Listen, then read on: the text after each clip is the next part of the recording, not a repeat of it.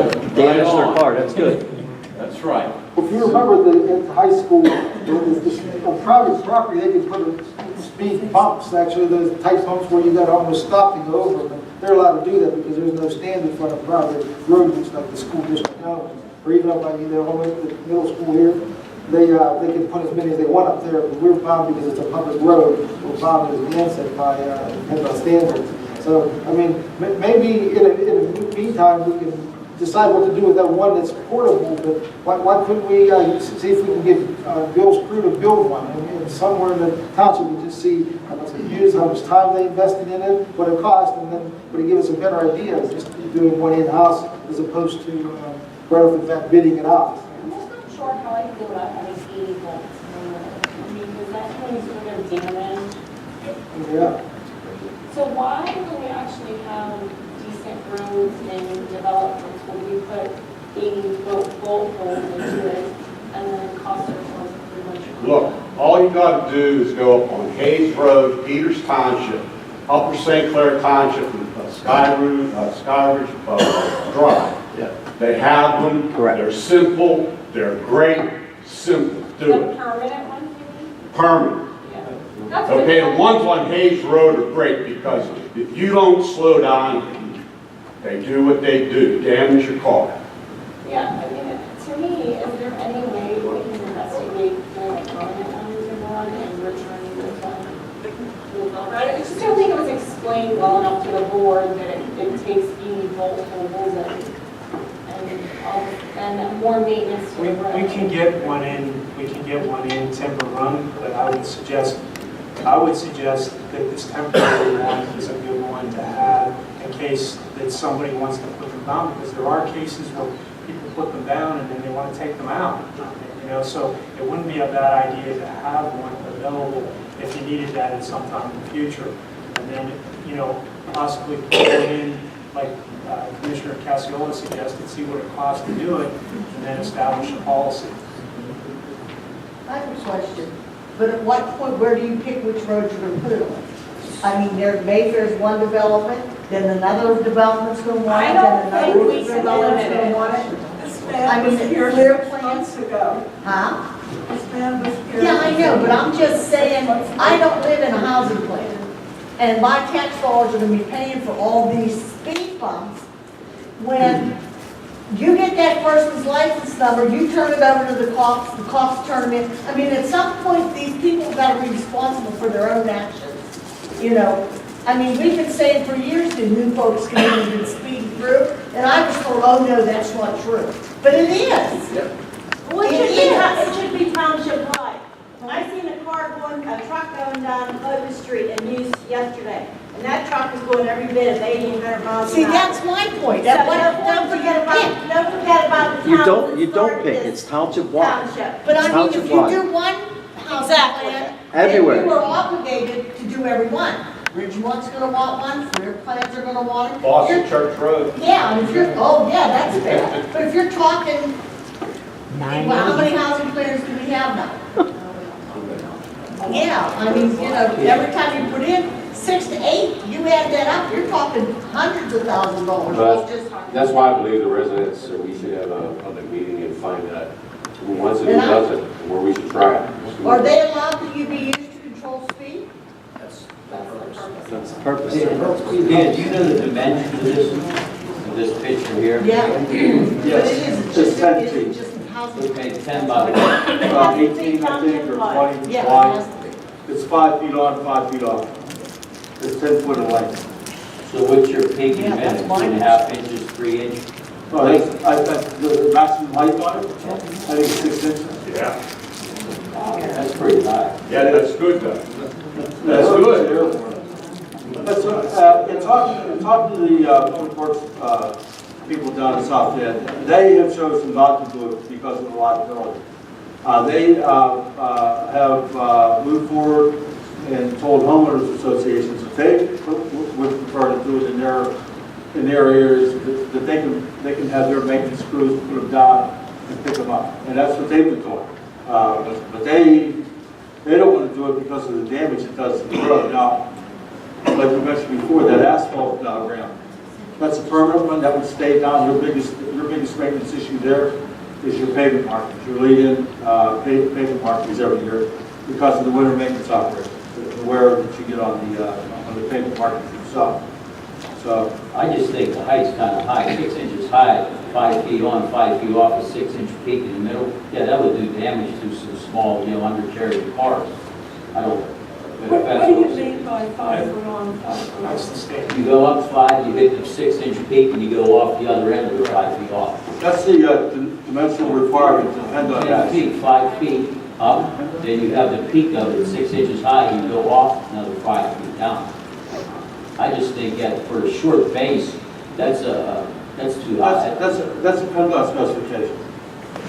I just suggested the board that PennDOT has a whole policy on speed humps that I could get to you like immediately.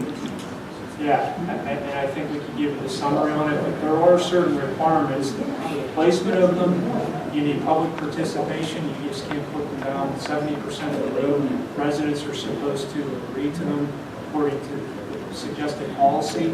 So I think that there's a little more to it than this. I mean, obviously this brought it to the point to discuss further, but I'd suggest we get a policy and a plan in place, just so we're all clear. I'm just opposed to the, temporary buying something, for $5,000 as opposed to $180 worth of asphalt is permanent. The cost factor is way out of line. I mean, you can think on the spreadsheet every year for not much. I just think you remember a conversation $1,000 each. And Tim, do you remember that? When you were at the meeting? Bill specifically said around I did say that they were $1,000 each. Yep. But they are not PennDOT compliant speed humps that I was quoting. Those are the ones that I had checked the South End on, and those were the ones that were up in their residential development called Honeybridge. And the homeowners association purchased those and put them in place and picked them up every year. But those were $1,000. They are approximately 2 feet wide with a 6-inch vertical height to them. Well, if the homeowners want to do, let them do it, their expense is problem, unscrew 80 bolts, every spring and I don't, I mean, as someone who lives in a. yeah, it's damage the road. Yeah, so you're gonna put that on the homeowners, someone that, a bunch of guys out there with a case of beer throwing down speed humps, that doesn't make sense. I mean, when it's done by the township, at least it's done by a professional, a worker of the township. I mean, if that's the case, I'm gonna go out and throw 10 2x4s across the street. Say, here's my speed hump. No, let them contract it out, is what I'm saying. I'm just opposed No, but he wasn't saying for the homeowners to to do spending it. $8,000 He was saying for the opposed to homeowners, $200. they collectively put the bill for their housing plan. Yes, Correct. it was a homeowners association. That pays for it, That not paid- the individual that paid for it, and they homeowners had go their out and maintenance. actually do it. They had their maintenance staff. And do we have to follow PennDOT guidelines, it's not a PennDOT road? Yes. Yes.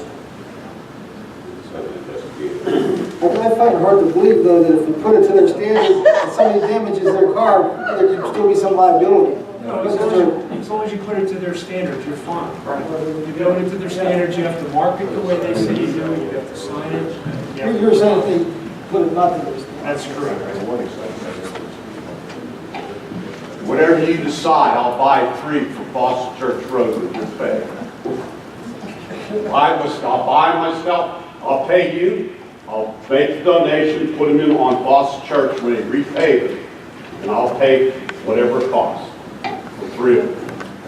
One more question, then, Dan. When we're doing these road surfacing projects, what do you think it'll cost if we put in a spec and the paver just does it as part of these road projects we're doing every year? I think that would work fine just to get the hump in, but then, somebody would have to follow up with line striping and signage. So if that's something Public Works can do, or we lay the tape while they're doing it, but it would be much less expensive to do that, I'm sure. Maybe that's the first thing to consider on when we award bids, to have that spec in on a certain area. At least we can jump on permanent ones. Public Works is paying all the terms of use, all the radiuses all over the town, with no parking. What's a couple line stripes on the street? Well, we got to come up with a solution for the plans. I mean, Tim isn't the first one who came from a plan that asked. We've had Monica plan and make rigid. We've got a lot of plenty. I'm for it, I'm just opposed to the cost factor. But we have That's my concern. to get to the bottom of Because it. you're I'm for opening safety. the door that it could be, you know, but you may budget $100,000, and by the time everybody finds out one housing plan wants it, then another one wants it, then another one wants it. You're right. And I'm paying, I don't even live on a street where there's, would be a speed bump, and I gotta pay for all these speed bumps all over the township. There's more, Or in housing plans that I never even go to. there's more investigation that Dan has to provide for us, and I think one of those key factors was the 70% participation. So unless that stipulation is met, you can't even do it. So find out just exactly what it is, and we can put it on the spot. Then you could already before a newsletter. Yes. Send it out to the residents and get some comments back right off the bat. All right, that's all we can tell you right now. That's fine, thank you. All right, you've exceeded your 5 minutes. I'm sorry. I have I'll just start yelling out. a couple more real quick issues. The West End Bridge, Dan and I have gone over there. I've taken a few phone calls from residents over there. Several of them, 4 of them to be exact, have inquired as to when we would be taking that bridge down. Those residents have no desire to see anything put back in there because of the problems that are created over there with that footbridge going to the park. So, Excuse me, not all residents agree that. I didn't say all residents, I said 4. Just saying. I said 4 residents. We'd like to get it put on the agenda over there for discussion. To have it removed?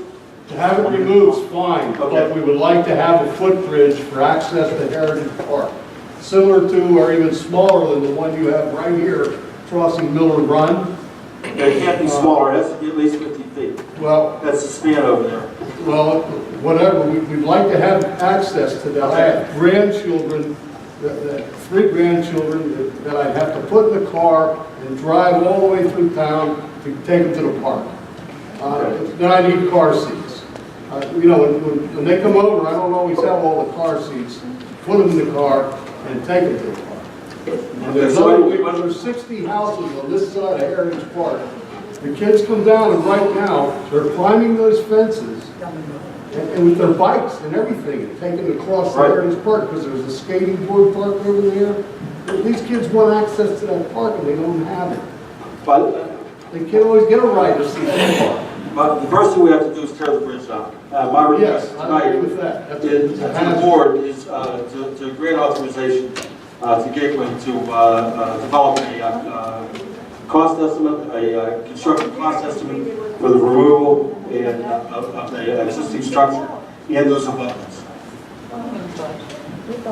I'd like to make that motion. Moved and seconded. Any discussion? Yeah, wait. That buttons don't necessarily have to come out.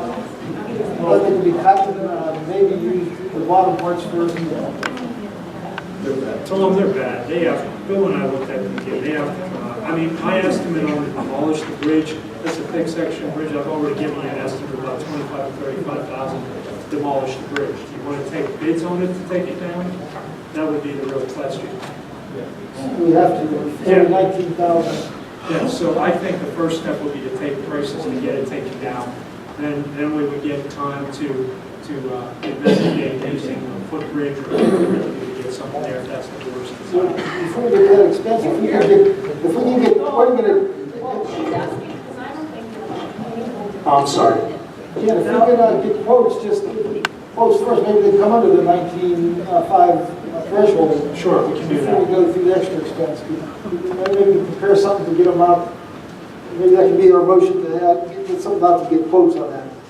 Yeah, Bill and I can work on that, that's not a problem. If we're just getting quotes, we can just go over and have people, Bill can have people look at the bridge, we'll give them a general spec and get the price. So, okay, can't put a demolition. What's that part of tear down? Yeah. But what about putting something back up? Well, we do have these 50-foot spans here. We did talk about giving one of them, taking one over. Well, I thought, Dan, that you were shaking your head about something. No, I'm not shaking my head. one of the